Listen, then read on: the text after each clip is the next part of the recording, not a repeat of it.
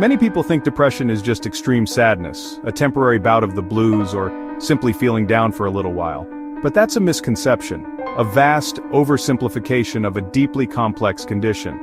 Depression is a complex illness, a serious medical condition that goes far beyond just feeling sad. It's an illness that changes how your brain and body function, impacting everything from your sleep patterns to your appetite. It's not about having a bad mood or a rough day. It's not a fleeting emotion. It's your entire system operating differently, a fundamental shift in your body's chemistry and processes. Imagine your brain as a city's electrical grid, a vast network of connections and energy. When depression hits, it's not one light going out, it's not a single circuit breaker tripping. It's a citywide blackout, a complete disruption of the system. This disorder affects your thoughts, feelings, energy levels, and even your perception of pain, making even simple tasks feel monumental. Depression is a whole-body experience, impacting both your mental and physical well-being. It's not just a fleeting feeling of unhappiness, it's a persistent state that can significantly impair your ability to function. People often describe it as seeing the world through a gray filter, a veil that dulls everything around them. Things that once brought joy now feel flat, devoid of any pleasure or excitement. This loss of pleasure, called anhedonia, is a key symptom, a hallmark of depressive disorders. It's not that people don't want to enjoy things, they desperately want to feel that spark again. But their brain's ability to feel joy is dampened, suppressed by the illness. Telling someone to look on the bright side doesn't help. It's like telling someone with a broken leg to just walk it off.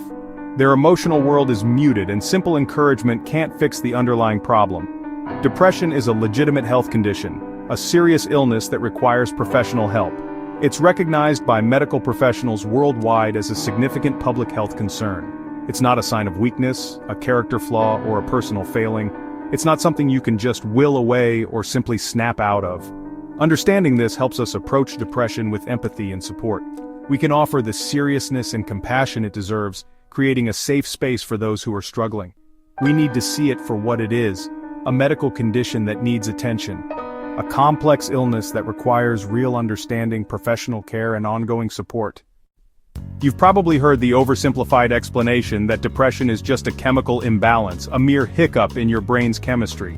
But the reality is far more intricate and nuanced than that. It's a multifaceted condition with layers of complexity. Neurotransmitters, those chemical messengers like serotonin and dopamine, are certainly involved in the process, playing a significant role. But it's also critically about how brain circuits, those intricate neural pathways, actually utilize and respond to them. It's about the efficiency of the entire system. Think of it as a bustling city, grappling with persistent traffic jams and a series of broken traffic lights, a chaotic situation. The messengers, the cars in this analogy, are indeed present, but the crucial signals, the directions and instructions, simply aren't getting through effectively. Key brain areas vital for various functions are significantly affected by this disruption. The prefrontal cortex, the brain's decision-making center, slows down its activity, becoming sluggish. This slowdown makes even the most simple, everyday tasks feel incredibly overwhelming and difficult to manage. The hippocampus, a brain region crucial for memory formation and recall, can actually shrink in size with chronic, persistent depression.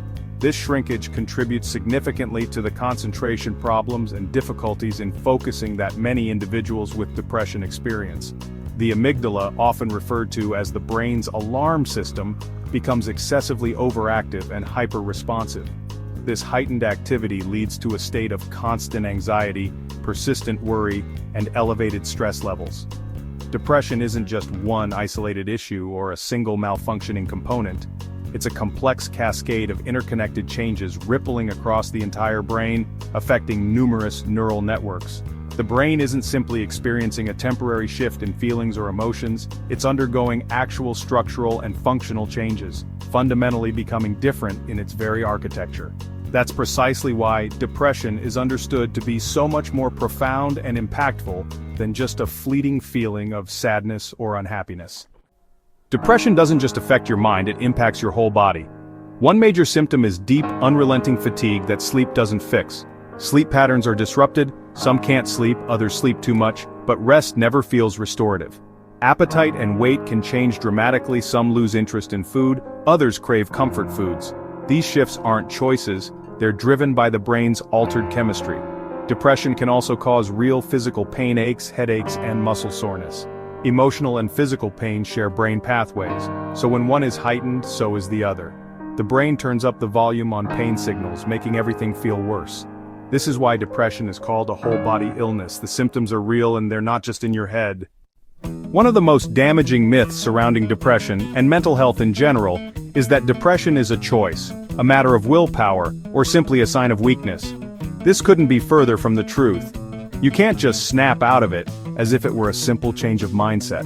The brain changes associated with depression are real, measurable, and profound. It's a biological reality, not a personal failing. Telling someone to try harder or just be positive is like telling someone with a broken leg to run a marathon. It's insensitive and completely disregards the actual physical and mental challenges they're facing.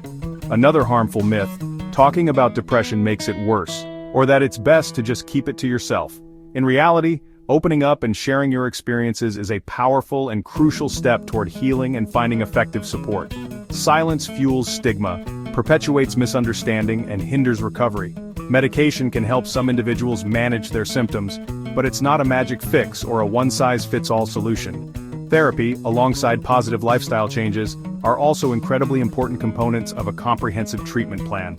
Cognitive behavioral therapy, or CBT, teaches practical skills and techniques to challenge negative thought patterns and develop healthier coping mechanisms. Regular exercise and a balanced, nutritious diet also play a significant role in supporting recovery too. Depression is a treatable condition, and full recovery is absolutely possible, even if the journey isn't always a straight path, and there may be setbacks along the way. With the right support system, including friends, family, and professionals, people can regain control of their lives and find joy again. Hope is real, healing is possible, and the brain has an incredible capacity to recover and adapt.